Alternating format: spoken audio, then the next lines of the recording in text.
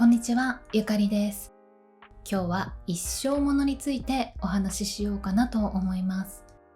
昔の私は一生ものだから、そんな理由で買い物をすることがありました。でも今は一生ものって買う時にはわからない。そう思っています。暮らしも価値観も年齢も変わっていく。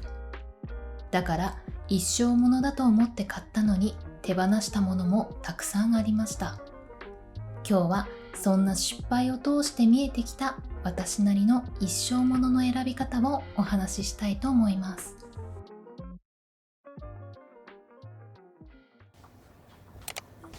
周りではなく自分の理由で選ぶ。誰かが持っているとなんだか素敵に見えてしまう。SNS で何度も見かけるとだんだん欲しくなってくる。そんな経験ありませんか？私もたくさんありました。もちろんそんな出会いから長く使い続けるものになるものもあると思います。でも時間が経って振り返ると欲しかったのではなく欲しくなっていた。そんな買い物も少なくありませんでした。流行が変わったり、周りが持たなくなったり、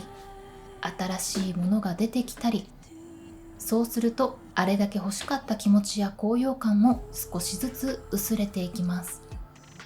でも本当に長く使っているものは少し違いました。誰かが持っていたからではなく、私はどうしてこれが欲しいんだろう。その理由をちゃんと自分の言葉で説明できるもの。軽いから、使いやすいから、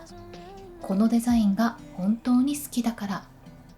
そんな風に理由が自分の中にあるものは時間が経っても好きでいられることが多かったんです。だから最近は何が欲しいかよりもどうして欲しいんだろう、そう考えてから選ぶようになりました。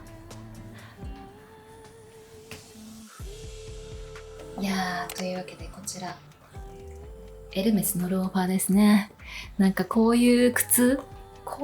をね、昔は一生大切にして長く履くんだと思って購入したんですけど、結果ほぼ履いてませんね。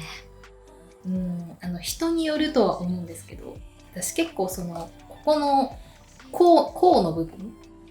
ここの横幅とか高さとかが狭いとどうしてもやっぱり靴ずれしてしまって長く履くことができず、そしてエルメスの革って結構硬いので、例えばサンダルとかあの辺も結構もう血だらけになったりとかしてなかなかちょっとね履き慣らすことができずに、結果あまり履いてないんですけども、っていうぐらい私には合わずでして、なのでなんか本当に買った時はこれは一生ものだと思って買ったんですけど、でも結果私今めちゃめちゃ履いてる靴、結局スニーカーとかそういうのになっちゃってるので、私ね実は6年ぐらい履いてる靴があるんですよね。もちろん途中で新しいものを買い替えたりしてるんですけど、でも6年ぐらい愛用してる靴とかあって、もうある中で、やっぱりちょっとねどうしても一生ものになりきらなかった靴とかバッグとかいろいろありますね。暮らしの中に居場所があるもの。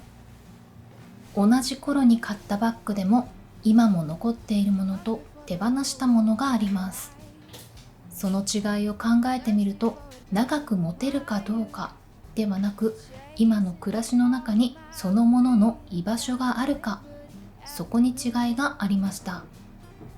例えばロエベのパズルバッグは今でも大好きです。でも毎日使うバッグではありません。雨の日には持たないし、近所へ行くだけの日も別のバッグを選びます。それでも街中へ出かける日や少し気分を上げたい日は、今日はこれを持って出かけよう。そう思って数年経った今でも自然と手が伸びます。一方で同じ頃に一生ものだと思って買ったバッグでも、革が綺麗すぎて使うたびに気を使ってしまったり、傷が目立ちそうで持ち歩くたびに少し緊張してしまったり、そんなバッグは思い描いていた暮らしとは少し違っていて、気づけば出番が少なくなり手放してしまいました。だから最近は長く使えそうかではなく、この先の暮らしの中でもこのバッグを持って出かけたいと思えるか、そんなことを想像しながら選ぶようになりました。さてこちらはロエベのパズルバッグですけども、これはね本当にもう今私がもう相棒のバッグになりうるというか、なってるなって思ってるバッグですけど、でもそれでも毎日は使ってないんですよね。どうしても革のバッグなので、雨の降る日とか遠出する日とか、そういう日はなかなか持てなくて、だから一番出番が多いバッグではないんですけど、でもやっぱり街中に出かける時とかは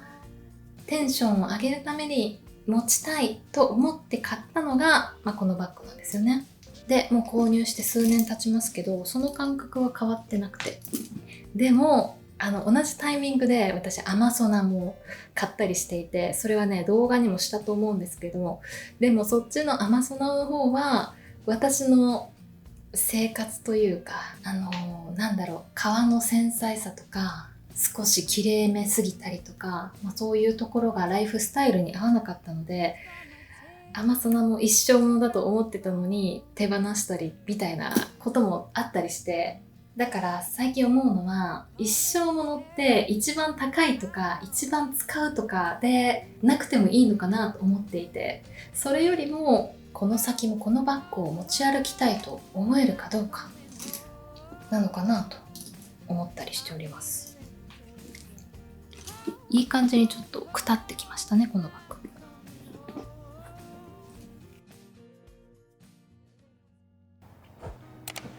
手をかけたいと思える。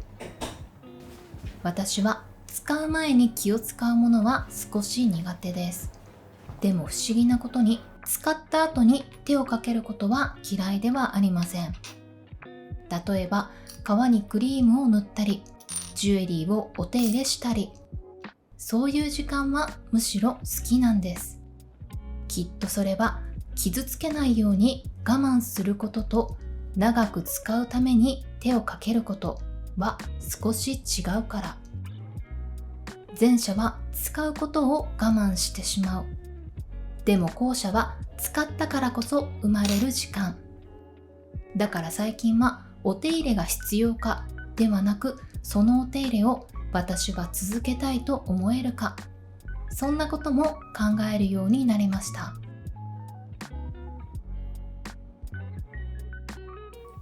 いやー、というわけで、私昔は本当にエルメスとかグッチとかのシルバージュエリーも好きでよく買ってたんですけども、でもやっぱりシルバーなのでくすんでしまったりとかして、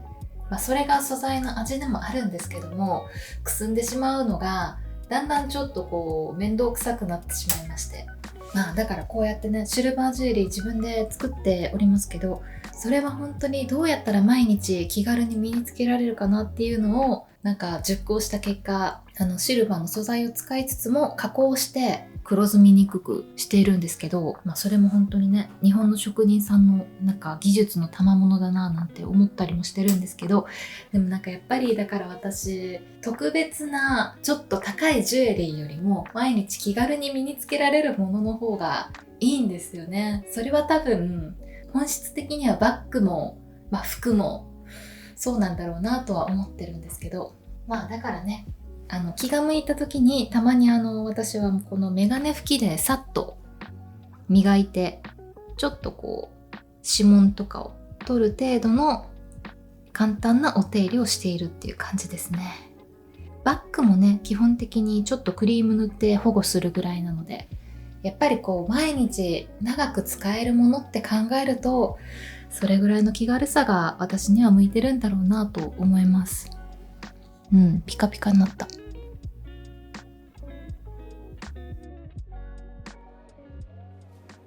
時間が答えを教えてくれる。昔の私はこれは一生ものになりそう、そう思って買い物をしていることもありました。でも今は一生ものかどうかは買う時にはわからない。そう思っています。毎日使ってみて、季節が変わって、暮らしが変わって、何年か経ってもそれでも手が伸びる。その時になって初めて、ああ、これは残るんだ。そうわかるものなのかもしれません。だから最近は一生ものを探そうとは思わなくなりました。今の自分に必要だと思うものを選んで、その答えは時間に任せる。そう考えるようになりました。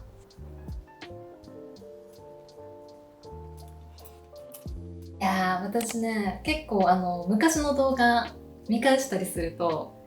これは長く使えそうとか、多分結構言ってるんですよね。でも、本当に残ったものもあれば、手放したものもたくさんありますね。多分、ここ10年で考えたら手放してるものの方が多いと思うんですけど、だから結局一生ものって買う時にはわからないんですよね。数年経って、あ、まだ使ってるって気づいた時に初めて一生ものだったのかもしれないなって思うというか、なんか最近はそんな気がしていますね。買う時の一生ものの予感ほど当たらないものはないというか、結局生活ありきなのでね、生活に寄り添えるものしか一生ものにならないんですよね。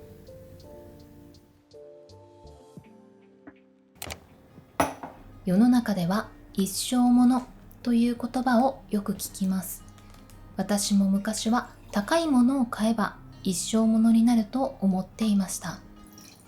でも今はそうは思っていません。高いことと長く使うことは別の話でした。一生ものって買う時に決まるものじゃなくて、時間が経っても今でも自然と選びたくなるもの。私はそれを一生ものと呼びたいです。